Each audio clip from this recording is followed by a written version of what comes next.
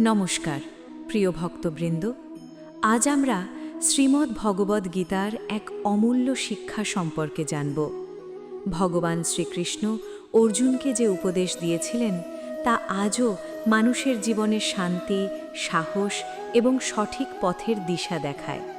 আসুন ভক্তি ভরে সেই পবিত্র বাণী শ্রবণ করি। আজ এমন একটি যাত্রায় আপনাকে স্বাগত জানাচ্ছি, যে যাত্রা বাইরের কোনো পৃথিবীর নয়, বরং আপনার নিজের ভেতরের। চোখ বন্ধ করুন, একবার গভীরভাবে শ্বাস নিন। জীবনে এমন এক সময় আসে যখন চারদিক ঘুটঘুটে অন্ধকার মনে হয় পৃথিবীর সব রাস্তা যেন বন্ধ হয়ে গেছে। বাইরে কোনো কোলাহল নেই, কিন্তু মনের ভেতরে চলছে এক তুমুল যুদ্ধ। ঠিক যেমন হাজার হাজার বছর আগে কুরুক্ষেত্রের ময়দানে দাঁড়িয়েছিলেন মহাবীর অর্জুন। কুরুক্ষেত্র কেবল মাটি আর রক্তের ইতিহাস নয়, কুরুক্ষেত্র হল আমাদের প্রত্যেকের মন। প্রতিদিন আমরা নিজেদের ভয়, লোভ, সংশয় আর হতাশার সাথে যুদ্ধ করছি। আর ঠিক সেই দুর্বল মুহূর্তে, যখন আমাদের হাত থেকে জীবনের ধনুক খসে পড়তে চায়, তখন শ্রীকৃষ্ণ আমাদের ডাক দেন। তিনি বলেন, ওঠো, ভয় পেও না, তুমি একা নও। গীতা কোনো সাধারণ ধর্মগ্রন্থ নয়। গীতা হলো হতাশা থেকে আশায়, অন্ধকার থেকে আলোয় ফেরার এক অমোঘ মন্ত্র। আজ আমরা গীতার সেই অমূল্য বাণীগুলো শুনব, যা আপনার জীবনের সব প্রশ্নের উত্তর দিয়ে দেবে। শুধু শান্ত হয়ে শুনতে থাকুন। পর্ব 1, তুমি কে? আত্মার অমরত্ব। মানুষ সারা জীবন একটা ঘোরের মধ্যে বাঁচে। আমরা ভাবি আমাদের এই শরীর, এই নাম, এই পরিচয়, এটাই বুঝি সব। একটু আঘাত পেলেই আমরা ভেঙে পড়ি। কেউ ছেড়ে গেলে মনে হয় জীবন শেষ। কিন্তু শ্রীকৃষ্ণ মুচকি হেসে বলছেন, তুমি যা ভাবছ তুমি তা নও। গীতার সবচেয়ে বড় শিক্ষা হল আত্ম উপলব্ধি। শ্রীকৃষ্ণ বলেন, নৈনং ছিন্দন্তে শাস্ত্রাণি নৈনং দাহতি পাবকঃ।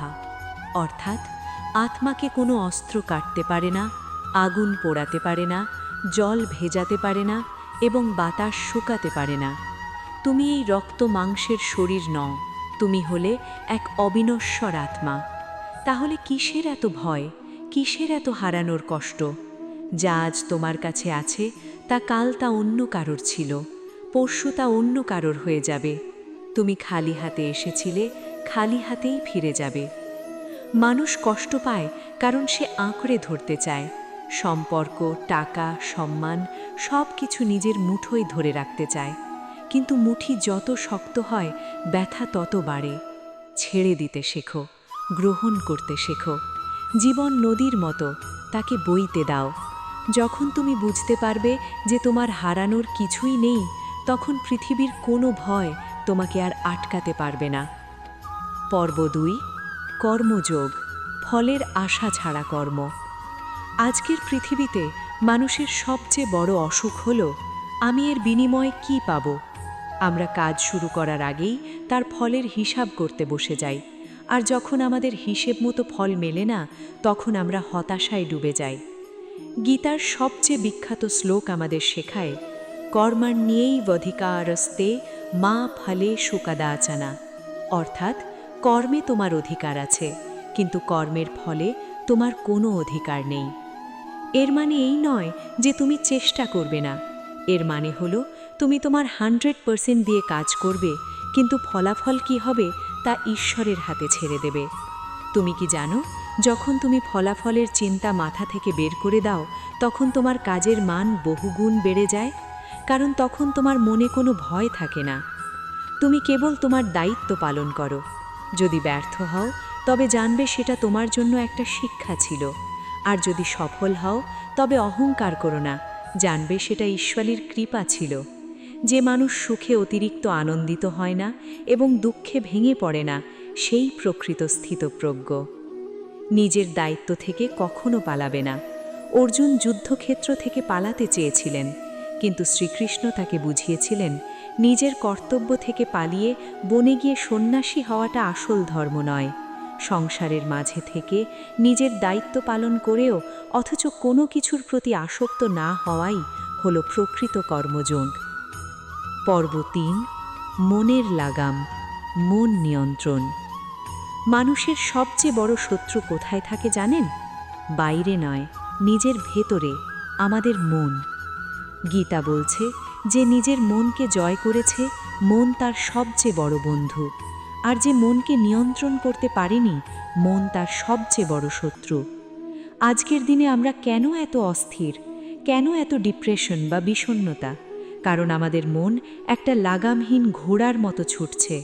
কখনো সে অতীতের কষ্টের কথা ভেবে কাঁদে, কখনো সে ভবিষ্যতের কাল্পনিক ভয়ের কথা ভেবে শিউরে ওঠে। অতীত আর ভবিষ্যতের এই টানাপড়িতে আমরা বর্তমান নামের মহামূল্যবান উপহারটাকে হারিয়ে ফেলি। শ্রীকৃষ্ণ বলেন, মন চঞ্চল, তাকে বশ করা কঠিন, কিন্তু অভ্যাস এবং বৈরাগ্যের মাধ্যমে তাকে শান্ত করা সম্ভব। প্রতিদিন কিছুটা সময় নিজের জন্য রাখুন, শান্ত হয়ে বসুন, নিজের শ্বাস প্রশ্বাসের দিকে মনোযোগ দিন। মনে রাখবেন, আপনি আপনার মন নন। যখন মনে খারাপ চিন্তা আসবে, তখন একজন দর্শকের মতো দূর থেকে সেই চিন্তাকে দেখুন। তার সাথে লড়াই করবেন না, শুধু তাকে চলে যেতে দিন। ভবিষ্যৎ তোমার হাতে নেই, অতীত তুমি বদলাতে পারবে না। তোমার হাতে আছে শুধু আজকের এই মুহূর্তটি। বর্তমানকে সুন্দর করো, তোমার ভবিষ্যৎ এমনিতেই সুন্দর হয়ে যাবে। পর্ব ৪, সম্পূর্ণ সমর্পণ, ভক্তিযোগ। জীবনের এমন কিছু মুহূর্ত আসে যখন আমাদের সব চেষ্টা, সব বুদ্ধি, সব অহংকার ব্যর্থ হয়ে যায়। যখন মনে হয় আমি আর পারছি না। ঠিক সেই পরম শূন্যতার মুহূর্তে শ্রীকৃষ্ণ বলেন, সর্বধর্মান পরিত্যজ্য মামেকং শরণং ব্রজ। অর্থাৎ সব কিছু ছেড়ে শুধু আমার শরণাপন্ন হও। আমি তোমাকে সব পাপ আর দুঃখ থেকে মুক্ত করব, তুমি শোক করো না। কি অদ্ভুত এক আশ্বাস! ঈশ্বর আমাদের বলছেন, তোমার সব বোঝা আমাকে দিয়ে দাও। আমরা ভাবি ভক্তি মানে হলো ঘণ্টার পর ঘণ্টা পূজা করা বা মন্ত্র পড়া, কিন্তু গীতা বলে ভক্তি মানে হলো সমর্পণ। বিশ্বাস করা যে আমার জীবনে যা কিছু ঘটছে, তা ভালো হোক বা খারাপ, তার পেছনে ঈশ্বরের কোনো না কোনো মঙ্গলময় উদ্দেশ্য লুকিয়ে আছে।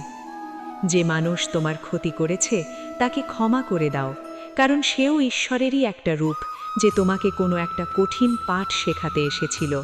নিজের ভেতরের সব রাগ, সব অভিমান ধুয়ে মুছে ফেলুন। ঈশ্বরকে পাওয়ার জন্য বনে জঙ্গলে যাওয়ার দরকার নেই।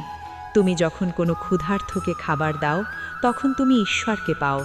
তুমি যখন মন থেকে হাসো, তখন তুমি ঈশ্বরকে পাও। নিজের কাজের প্রতি সততা, মানুষের প্রতি দয়া আর ঈশ্বরের প্রতি অন্ধ বিশ্বাস, এটাই হলো প্রকৃত ভক্তি। সমাপ্তি, নতুন শুরু। গীতা কোনো শেষ নয়, গীতা হলো এক নতুন শুরু। আজ এই মুহূর্তে আপনি আপনার জীবনের কুরুক্ষেত্রে দাঁড়িয়ে আছেন। হয়তো আপনি ক্লান্ত, হয়তো আপনি পরাজিত বোধ করছেন, কিন্তু মনে রাখবেন, অন্ধকার যত গভীর হয়, ভোর ততটাই কাছে চলে আসে। নিজের ভেতরের শক্তিকে চিনতে শিখুন। আপনি দুর্বল নন, আপনার ভেতরে স্বয়ং ঈশ্বরের বাস। আজ থেকে, এই মুহূর্ত থেকে নিজের জীবনের দায়িত্ব নিজের কাঁধে তুলে নিন। ফলের আশা ছেড়ে কাজ করুন, মনকে শান্ত রাখুন এবং ঈশ্বরের ওপর পূর্ণ বিশ্বাস রাখুন। জীবন একটা সুন্দর উপহার, একে ভয় পেয়ে নয়, বুক চিতিয়ে বাঁচতে শিখুন। আজকের এই গীতার বাণীগুলো যদি আপনার হৃদয়ে একটুও শান্তি এনে দেয়, তাহলে এই ভিডিওটি আপনার প্রিয়জনদের সাথে শেয়ার করতে ভুলবেন না। হয়তো আপনার একটি শেয়ার কারোর জীবনের কঠিন সময় আশার আলো হয়ে উঠবে। ভালো থাকবেন, শান্তিতে থাকবেন, আপনার জীবন আলোয় ভরে উঠুক। নমস্কার।